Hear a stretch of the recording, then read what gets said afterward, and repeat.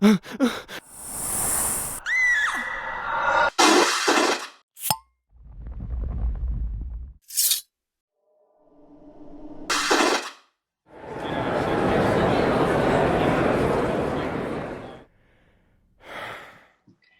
and welcome to the Supernatural Fandom Track here at Continual. I'm your host, Gail C. Martin, and tonight we are talking about time in a bottle. How does immortality affect the way humans and immortals interact?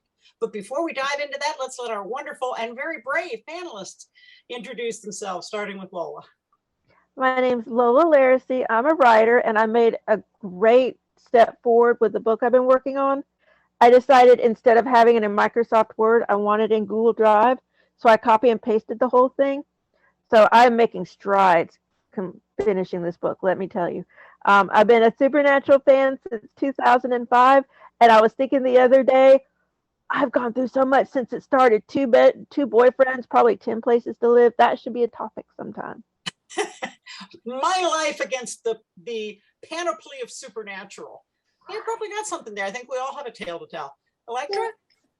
I'm Elektra Hammond. I'm a writer and an editor, and I've been a fan of Supernatural since that very first episode.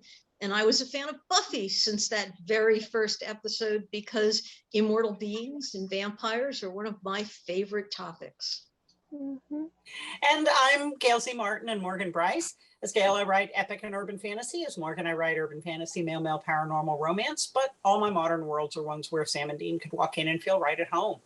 And I've got plenty of immortals in them, like ghosts and vampires and long-lived werewolves and all kinds of creatures who live a lot longer than maybe we're intended to. You never know. Mm-hmm. So Supernatural is also full of all kinds of immortal or extremely long-lived creatures.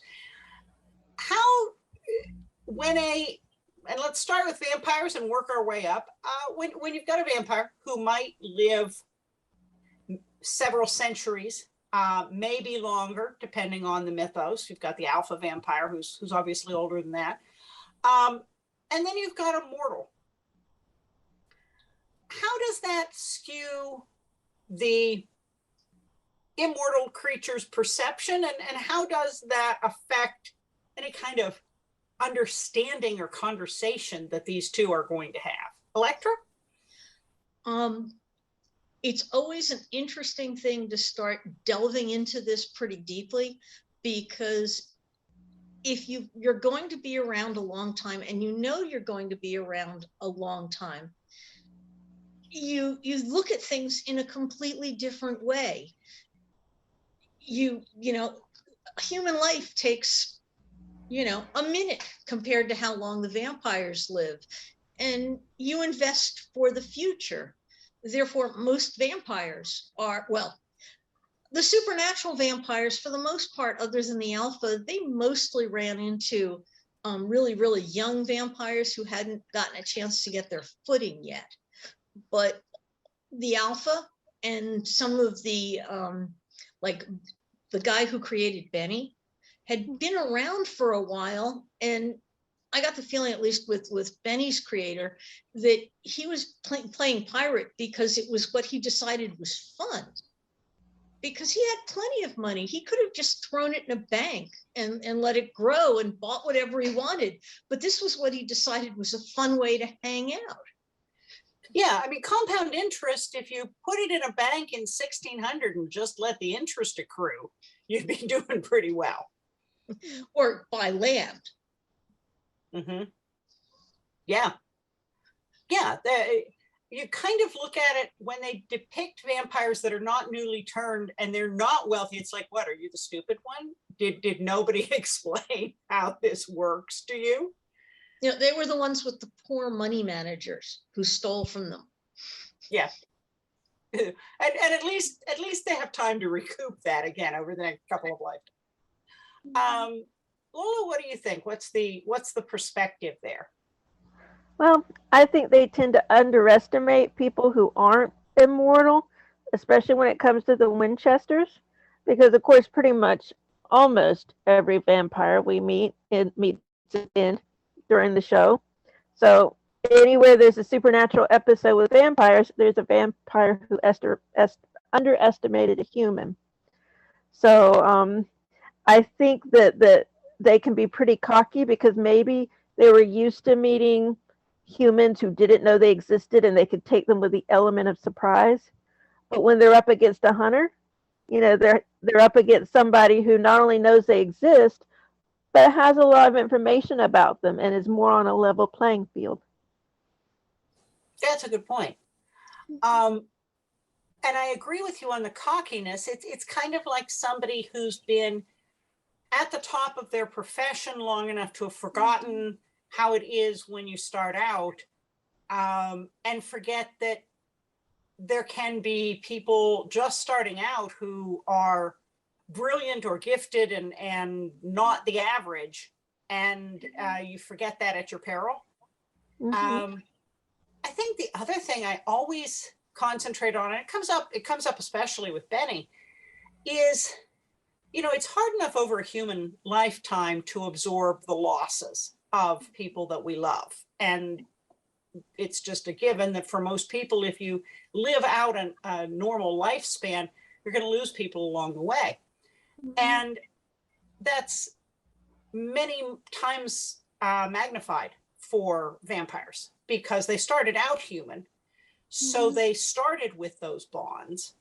And then while they didn't age, the people around them aged and died. And that could be wives, husbands, lovers, friends, children. Mm-hmm. Most of the time, now Benny tried to break this, and it might have worked without Martin, but we'll never know. He tried to go back and work with his kin.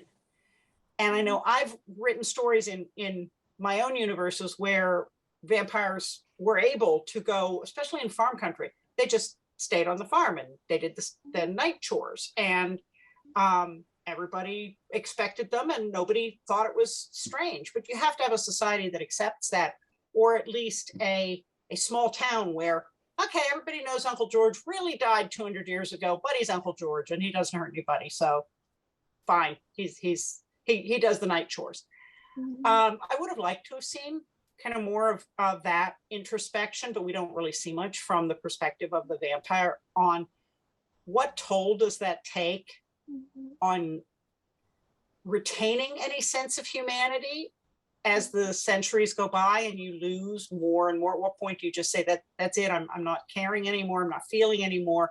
I'm not getting close to anybody anymore. And are there people who choose to continue to make those bonds, even though they know in the end, well, it's kind of like having pets. You only get them for about 10 years and you still go get another pet, even though eventually it's going to rip your heart out because you love them so much. So I don't know. Benny is an exception in many ways. And the supernatural universe makes it very difficult to figure out whether the vampires have normal human emotions at all, because they don't even go to hell. They go to oh God, I've lost Purgatory. They go to someplace else because they've made it very clear that vampires don't have souls. Mm-hmm. So we have to ask, do they have the same set of feelings or not? And they don't answer that for us. They also never really explained how vampires become soulless, because if vampires, the process of turning a vampire is pretty much, consistent with general lore, but the general lore doesn't always hold that vampires don't have souls. Did vampires have souls in Buffy?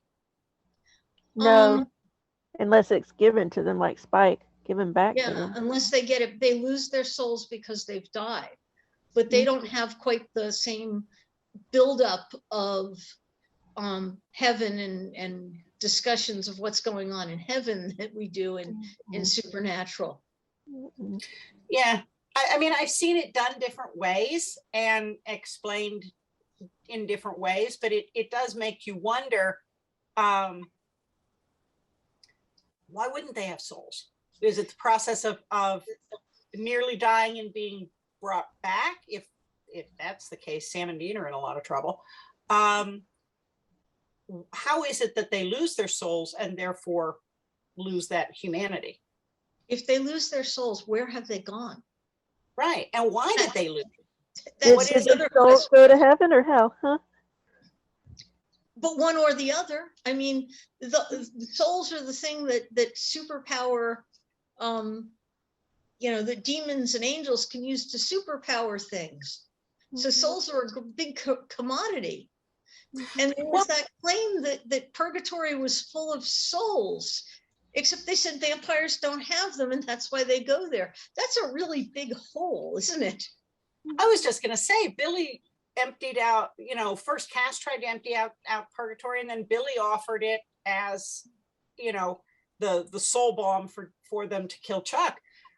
But wait. Might be one of the big plot holes. But that the whole idea of how much of your humanity can you at least pretend to still have or fake having if you wanted to as a vampire, and why would you or why would you not? I think that's one of the things that intrigues me the most about the vampire mythos. Something I wrote in my own world was a vampire who after this last human he was in love with swore off, never again, it's just too hard to let them go. And she's in her 90s in a nursing home, and he comes to visit her every week. Aww. And when he does, he glamours her so that she's got Alzheimer's. He glamours her and she remembers being young with him. And she always has her hair done because her young man is coming. And for the time he visits, they're 40 years ago, and then he goes away and time catches up to her. But I think of those kinds of things with vampires all the time is, because they are the most human of most of the monsters that we see, of the immortals. Now, with werewolves, we don't get, pardon the pun, we don't get quite the warm and fuzzies. But what do you think? Do they also not have souls? And how do they anything about their immortality that changes how they see mortals? Wouldn't a werewolf have a soul, given that they don't? I mean, the excuse for vampires has to have something to do with them dying or almost dying. Yeah. Werewolves don't even die. Werewolves get infected or bitten, and then they just turn into fuzzies on the blue on full moon. But now it does. Supernatural, I believe, differentiates between and born that way. Yeah, because Garth's wife's family were born, not bitten. Yeah. Mm-hmm. Kind of a class system there. Mm-hmm. But even then, you're right. They don't almost die. They're just born that way. They're born that way, and they have a different set of powers. If you're born that way, you can change not on the full moon. Mm-hmm. Yeah, you're not tethered to the moon. Or if you're bitten, you have to change on the full moon. And apparently, in Supernatural, you're perfectly capable of controlling your urges and subsisting on animal hearts, an animal, without a need to chase humans or bite people or anything like that. You know what, though? As much as I like Garth, there is an argument for werewolves not having souls. He's willingly a dentist. He inflicts pain on people. So that could be an argument. Maybe he doesn't have a soul. That's possible. That's. He wanted to be a dentist before he became a hunter. I know. I'm just messing. Not his proudest moment, I know. I would an argument that, if you want to go in that direction, then we've got a problem with the lawyers. Well, that's a whole nother show, I guess, for you. Yeah. That they're with Crowley. But I would think that with the werewolves, there'd be an inherent disdain for mortals being so breakable. With vampires, it's the short lifespan.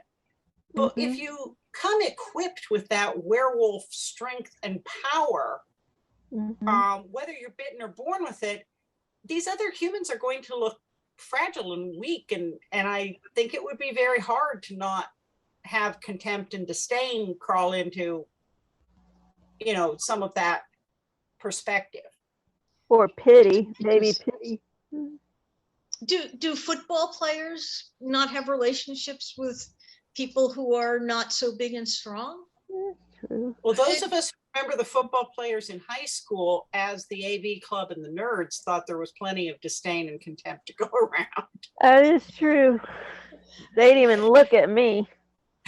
I mean, there's plenty of regular people that are big and strong. That's true. And some of them are even nerds. And That is true. it doesn't seem to be a... Vin Diesel plays Dungeons and Dragons. So does the guy who was the werewolf in True Blood. Yeah, Joe Italian. Manganiello. Manganiello, yeah. He's so cool. Well, and let's be honest, Sam is the nerd in our fandom, and really, Sam? Yeah, I mean, tall, but he's wiry, so. And in season 6, he was buff. But Yeah. yeah, you're right. I think it depends. I don't think that Garth feels that way about humans. But that could be a peril of having super strength like that. Well, that also could be because he's still so close to his time as a human. I mean, he hasn't been a werewolf that long. And also, the actor is so wiry, God bless him. And so Garth, you know, the character is very wiry, so he may still think of himself as that wiry person. Now, witches are the next ones with a really long lifespan. You know, Rowena has done some cheating to be around for 400 and some years. The hundreds of years, and she's died several times because she's got those hex bags. Mm-hmm. And then we don't know what the scoop is on the Shut Up Dr. Phil episode with James Marsters and Cordelia. Charisma Carpenter. But they've been around for centuries. They were some kind of creatures. Yeah. They were talking about, you know, you cheated on They me were in the witches? Okay. and I haven't forgiven you for it yet. So they didn't say what caused their long lives, but wow, I really hate to think of living hundreds of years and still nursing grudges from all the way back then. That just doesn't sound fun at all. Well, the Laughlins apparently were still nursing grudges, and they'd been around hundreds of years until the Winchesters took care of that. Yeah. Well, and we never really get a full explanation. Now, the Steins weren't as long around as the Laughlins or well, not in America, they weren't. Not in America. That's true. The Steins had been around in Europe for quite a bit, and we know exactly why they were around as long as they were. Well, they did a lot with the science and the transplants and all that, but did we ever find out if there was magic at the core of that somewhere? Because otherwise those kind of operations don't usually they used to have the Black Grimoire, didn't they? Okay, you're right. I think you're right. And that was the seat of their power. So, and they definitely didn't win any awards for having any kind of empathy for mortals, or I mean, especially when they had all those extra parts. And that could be an allegory for any old rich family. I mean, they you were don't have to be mortal. They seemed more to be like rich assholes than to be we're better than you because we have extra bits. It's more like we're better than you because we're rich and we can do what we please, you serfs. Yeah, that definitely came across. That And could be still any one rich came up- family. and still no one came up with the idea of a second brain. I mean, you know, you got 7 nipples, but 1 brain. They could have done something with that. there Good are thing. so many of these creatures that we don't know where they come from or how they reproduce. I mean, other than the changelings, Mm-hmm. which was a really fascinating study. Yeah. Now, well, and then there are some creatures like the Wendigos that are really created because people are cannibals, not really born that way. So there isn't a transmission there. The impression was that they didn't have a whole lot of thought processes other than hunger. So I'm not sure they thought of people other than being food. And the golems who were made, they're created from thought, I guess. The golems. Yeah.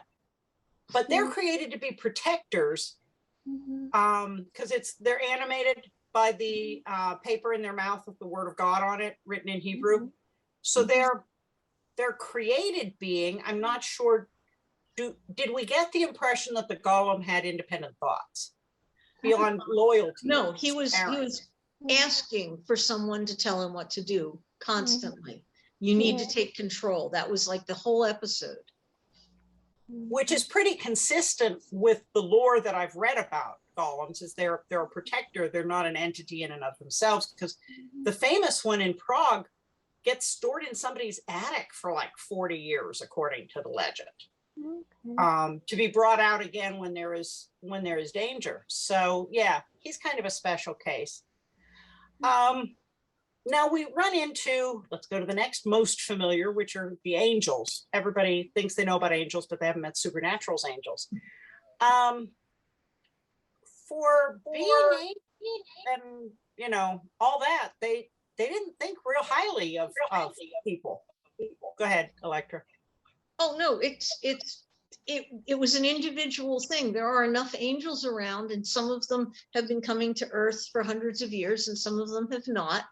And you have everything from Balthazar, who just wants to hang out on Earth and enjoy the earthly pleasures, to other angels who are all business.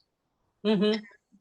Well, yeah, and you had Raphael and Uriel, who kept calling us apes and mud monkeys and all kinds of terrible things, because they clearly thought they were superior, which is kind of a number when you look at the lore, and they were supposed to take care of us, and well, that didn't go well. Angels are dicks. I keep coming back to that theme. But you're right, you do have the outliers. Cass eventually gets there, although it takes him a while. You had people like Lily Sunder's husband, and all of the angels that committed such a sin of falling in love with a human and trying to stay on Earth. You have to remember too that the angels, like demons, were taking over human hosts just with permission, and that wasn't their real body. And some of them had multiple hosts, and some of them had different levels of agreement with their hosts. This is true. And I wonder, even with the ones who took over a willing host, how much of that host's personality bled through? How much of it rubbed off on the angel if they had a consensual arrangement? How long did the host stay present with the angel in the body, or did the angel, did the host say, well, I wanted to go to heaven anyhow, send me on, just keep the meat suit? Because we never really got the sense that even at the beginning, Cass and Jimmy Novak had any kind of mental conversation with each other. I don't think so, because Cass, when he showed up, he really seemed to have no idea how to be human. So it seems like if there was any Jimmy Novak in there, he would have been like, hey, you're not acting right. Don't act like that. Or no communication, but he certainly felt a sense of responsibility toward Jimmy's wife and daughter. That had to come from somewhere. Yeah.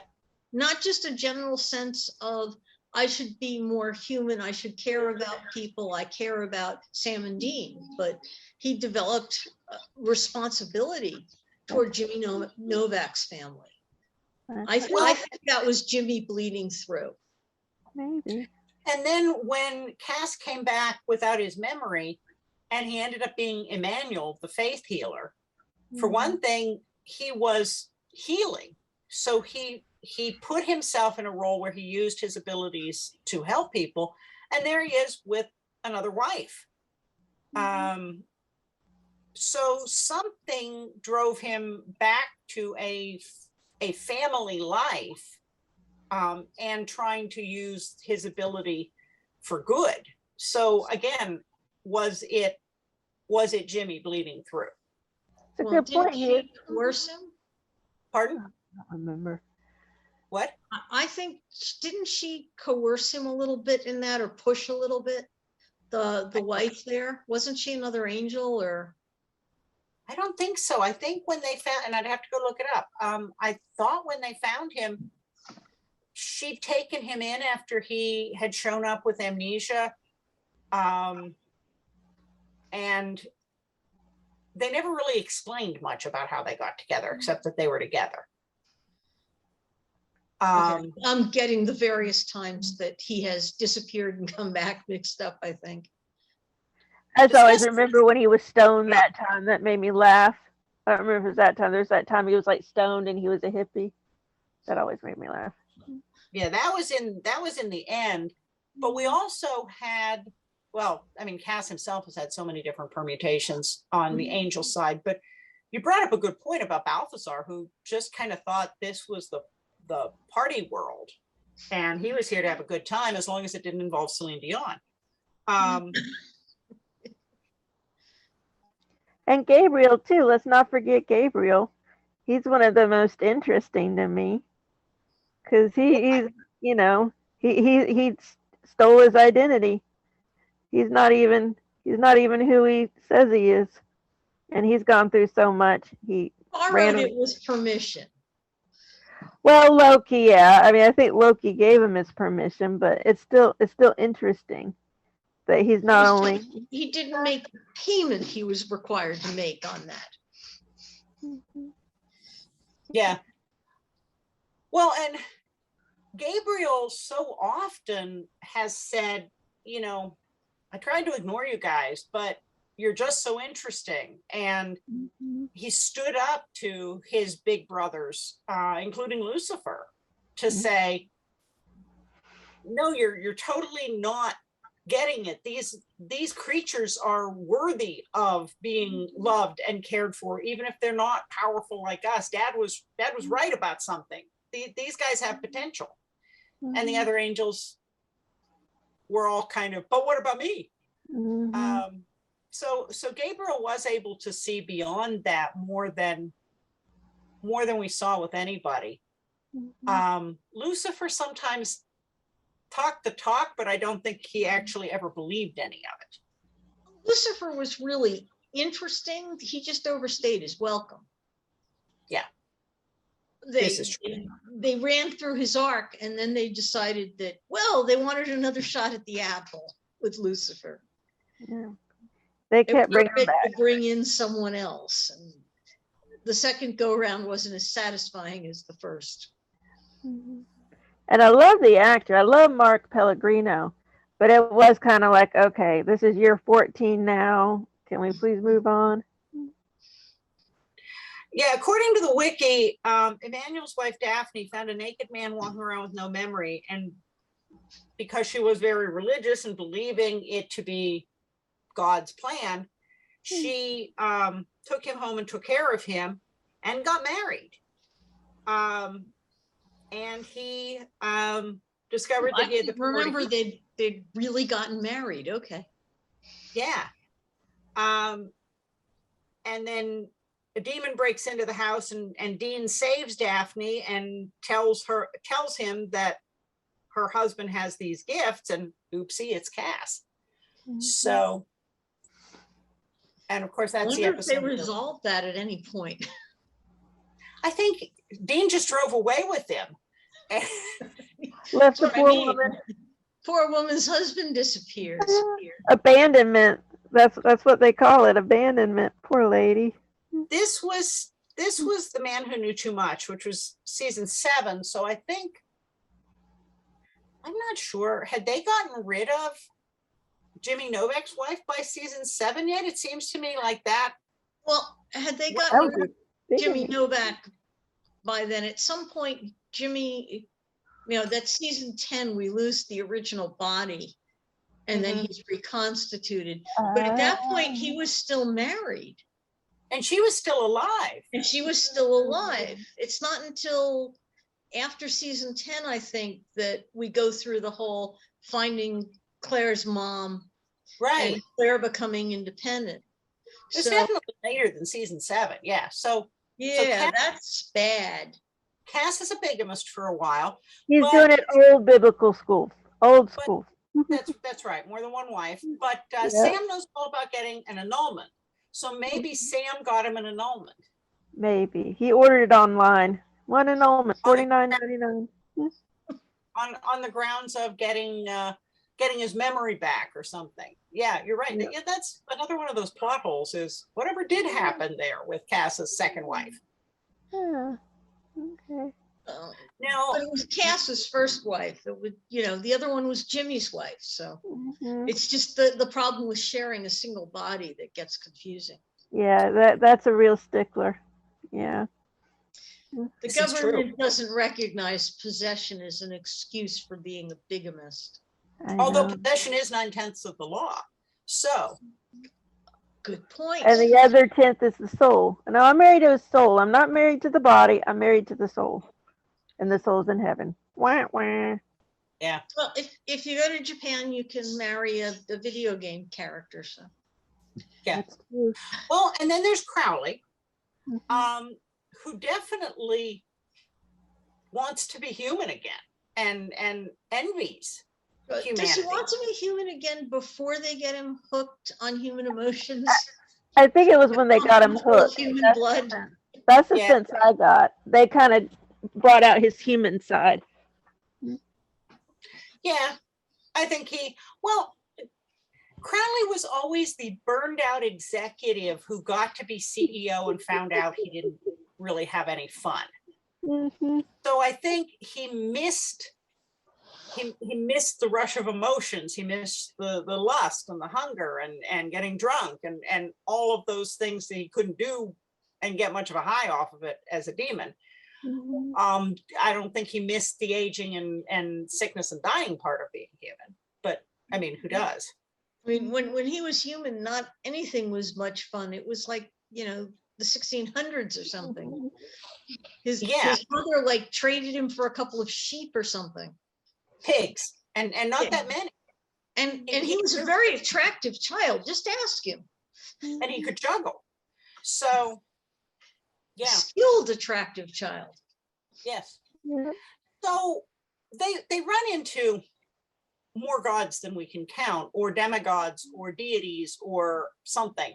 From the Norse gods to creatures like Vesta, to all kinds of beings. To Prometheus, Yeah, I forgot about that. who's not really a god, but he's been around since, man found fire, or had it handed to them by Prometheus. That's a really long time. well, and the Mayan god who kept reinventing himself as athletes. And that one we really saw that he stayed with the love of his life. But as he reinvented Until she got himself, tired of it. until he died and she finally was old. But he stayed with her, even though she had to keep reinventing herself as his mother and, as she aged. Mhm. So there we did see a creature, long-lived creature that really was in a long-term relationship and didn't leave voluntarily. Prometheus cared about his son. So there was some degree of humanity there. Well, he was human to begin with. Mm-hmm.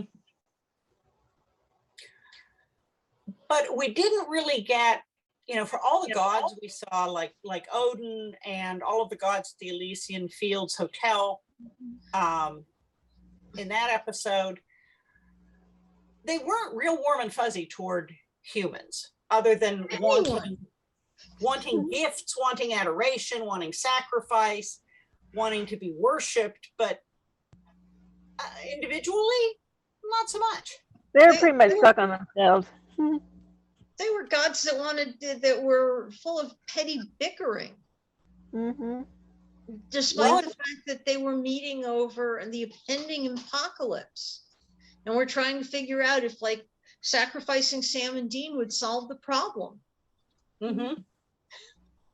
Well, and Chuck wasn't really any better. Amara, you could argue, cared more at the end about people after she had lived among them than Chuck. She had an attachment to Dean from the very beginning. Well, that's just called sex obsession. Doesn't everybody? And she also liked her masseuse that Chuck killed. And she liked to play Keno. And she was trying different things. She wanted to try new restaurants, see what things were like. She went to Pennsylvania that time, so she traveled. Well, she went to Iceland, where she was in that spa. That's right. So she seemed to be trying to understand these very breakable people and what kept them so attached to their paltry little lives. Mm-hmm. She definitely was doing that. Mm-hmm. In some ways, Amara kind of reminded me of somebody, like you were saying, the Steins were just kind of rich jerks. Amara reminded me of somebody who started out very rich, lost money, and was trying to figure out how regular people navigate. How to live amongst the people. Yeah. That whole Camelot, what else do the simple folk do? Well, and go ahead. She didn't have the ability to do the creation thing. Mm-hmm. So she couldn't do what Chuck had done, and she just wanted to check the thing out, that he'd always bragged about was so great. Mm-hmm. And she thought, maybe this isn't so bad after all, and why is he so depressed all the time? Mm-hmm. I would have loved to have seen Amara and Kali together, because they're both goddesses of chaos. Mm-hmm. And, they could have been fun together. Girls' night out. Yeah, that would have been fun. Mm-hmm. So here at the end, did we forget anybody of note that you were dying to mention? Who? Jack. Yeah. Oh, yeah, the ultimate immortal. Yeah. At the very beginning of his lifespan. Mm-hmm. Yeah. You gotta wonder what he's going to be in 1,000 years. He'll be more powerful than Chuck ever was. I'm sure he's going to have a lot of candy bars with nougat wherever he is. Obviously. Mm-hmm. But yeah, he was definitely understanding the human side when his love for his mother, when he went to see his grandparents and felt so rejected by their confusion. He cared about Sam and Dean. He loved Castiel as a second father. There was a lot of humanity in Jack. And that's probably why he was able to be so benevolent, whereas Chuck was just petty and, childish. So hopefully that served Jack well, and he'll be the god that we always needed and asked for. Well, it did a lot towards the whole everything we've been saying about John Winchester's A+ parenting, that Sam and Dean were able to put together a family and raise a kid right. Mm-hmm. Even when they hated him. They didn't try to have a picket fence and, flowers in the yard or whatever, and we're going to make you a home-cooked meal every night. Yeah. but they taught him, you know, strong ethics of right and wrong, and mistakes were made along the way, but he turned out okay. Mhm. Well, and Dean, you know, that whole thing about, you know, if you live long enough, you turn into your own parents. Dean kind of had his John Winchester moment over the whole, the kid's evil. And still, we've got to kill him, which came and went. Yeah, But, he had two big, strong times like that. but One Sam after he killed his mom. talked him out of it. And in the end, Dean talked Mhm. himself out of it and Mhm. didn't become his dad in Mhm. in John's worst footprints, which, you know, is really kind of what all of us aspire to is, can I take the lessons but not take the bad stuff too? So you're right. And then Sam was a much more nurturing parent than Mary ever was. Yeah.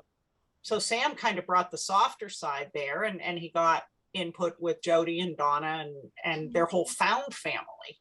Mhm. And Someone else we need to mention before we Yeah. the way they handled death Mhm. is, it's unique in my experience. Mhm. And I thought it was a cleverly done thing, and I frankly liked pretty much each and every incarnation they had of death. Mhm. Well, except for poor Betty, who didn't last long. Oh, she was only there We for a didn't get minute. to know poor Betty. I'm sure we would have liked her if we She had. would have. Her brief moments were fun. Yeah, and please get her a better skirt. Where did they get that skirt? I'm sorry, wardrobe is closed. We'll just have to use this and make the best of it. But yeah, I agree. Old Death especially had so much gravitas, and you know, Billy was a fibbing fibber who fibbed, who really had it in for Dean. But Death, with his love of fast food, when I take off the ring, I make sure I go out and get some greasy fast food. Fried pickles He to was living Chicago. life. Yep, he was living life. Chicago has been spared because of the food. I mean, I understand that. I've been to Chicago, but still. Well, Yeah, and you know, death. Oh, I'm sorry. Oh no, go ahead. I was just going to say the whole concept that death isn't as immortal as we would think he would be. I mean, he's one of the apocalypse. He's the, you know, one of the four horsemen. You don't think of pestilence dying, but death can die. So that's interesting. But once they killed him, and he remained dead for quite a while, there was no death, and the world did not end. Mm-hmm. Yeah. And then they set up that situation where they killed Billy. Mm-hmm. And okay, and now she showed up with upgraded wardrobe and equipment, and now she's Death. Now, I did not see that coming. Yeah. Well, Old Death and several of the Reapers, like Tessa, did have compassion for people. And, you know, we saw in the episode where Dean became Death for the day that Death understood more about loss and grief than anybody gave him credit for. Mm-hmm. And Tessa certainly understood not wanting to let go. So a little bit of the humanity certainly seemed to rub off on at least some of them who weren't just hard asses about, no, it's my job, I've got to take you. Well, even the Reaper that they left watching Jack, whose name I've now managed to forget, who helped bump up the warding to see if she could stop Billy from seeing what they were doing. Oh, the older woman. Yeah, she was great. The one who got toasted by Billy for disobeying orders. She was fun and clearly was like, okay, if you're going to do this, I'm going to help you do it right. Well, and one more before we're out of time, and that's Mrs. Butters. Oh, yes. Butters is fun. Now she had some serious Stockholm syndrome kind of going on. Here, as a parting gift, let's give you a picture of the people who enslaved you. Maybe not cool. But she did, until she started feeding Jack the milkshakes, and honestly, in Supernatural, never eat a milkshake. I just rewatched the one with Charming Acres, and you know, people had to pass on the smoothies and the milkshakes if you're ever with the Winchesters. But she also, she took in enough humanity to know all about Christmas and Thanksgiving and celebrate all the holidays and bake people birthday cakes.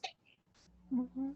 Well, and between celebrating the holidays, sending them off with all the tools they needed to go be better hunters so they could come home for dinner. And bagged lunches. Yes. That part just cracked me up, was handing them bagged lunches like they were going off to school. Well, bagged lunches and blessed blades. Yeah. So I put blessed blades in the trunk, so you'll have them, you know. yeah, That was a fun episode. yeah, I really wanted her to come back because she had so much power. We had no idea how much power she had. Mhm. Go ahead. And that they had the humanity when they realized that she was enslaved to Mhm. let her go. Mhm. That showed how much the boys had grown. Mhm. Yes. Even though Yeah. she made bean sandwiches, they still let her go. Even though she was an important part of the bunker's ultimate protections. Mhm.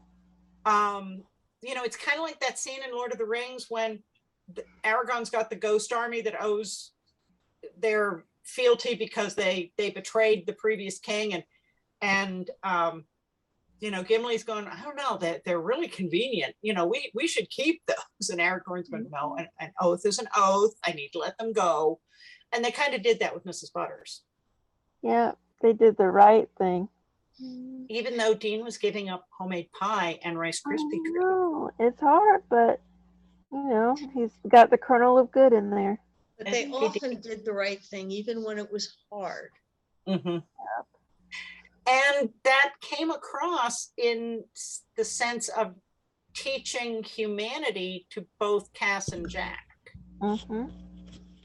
They're not the ones who killed Billy. It was Cass. Mm-hmm. Because they made a deal with her and they were ready to, well, we made a deal. We will follow through. Mm-hmm. We didn't want to die in that place. Mm-hmm. And you're right. Cass was the one who broke the deal. And then, you know, the empty seemed to have disdain for anything that was alive because it kept him awake. That's another exactly. one. Mm-hmm. Oh, the empty was another super fun character we don't know enough about. Oh, especially the time when he drew the smile on himself. That was just so creepy. And the special effects that they used on him were creepy. But that creature had no interest or compassion for humanity. I don't think we rubbed off on him at all. It was empty. He was the original, right? He was there before God, before us, before anybody. So he was pretty autonomous. Well, the world was without form and void, although Amara claimed that too. So, and then there was light. So who was first, Amara or the empty? Because if Amara was the darkness, and in the beginning, you know, light was called forth from the darkness, you know, assuming you're staying with the Abrahamic, you know, tradition, then I'm thinking the empty first. Yeah. But the super wiki says Amara seemed to be part and parcel of the same thing. Mm-hmm. Well, folks, believe it or not, we have blown through our time and we haven't gotten nearly through all the gods and possibilities, but this was fun. Before we end, please let everybody know where they can find you online. Lola? Well, I need to figure out what happened to my website because it went offline like a year ago and I haven't done it yet. But other than that, you can find me anywhere. Just look up Lola Lariscy, Lariscy. I'm the only living one on there with that name. Everybody else is dead and related to me. Okay. And Elektra? Find me at untilmidnight.com. That's got all my socials on it. And coming in 2023, Permutations, Tales from the Well World. I'm pretty easy to find at gailzmartin.com, morganbryce.com, all of the social media sites, Facebook, Pinterest, Twitter, YouTube, TikTok, Instagram. They're all some variation of those names, so spell them right and you'll find me. The new book out is Three Time Travelers from Fantastic Press, which is exactly what it delivers. It's an anthology where three time travelers get together to do something. And mine happen to be Edgar Casey, Harry Houdini, and Margaret Fox, who have to steal a painting to save the world. Other than that, you can find me here on Continual. So thank you so much for being wonderful panelists on a kind of weird topic tonight. And thanks to all of you for watching and listening. There'll be more Supernatural coming up on Continual, so we'll see you online.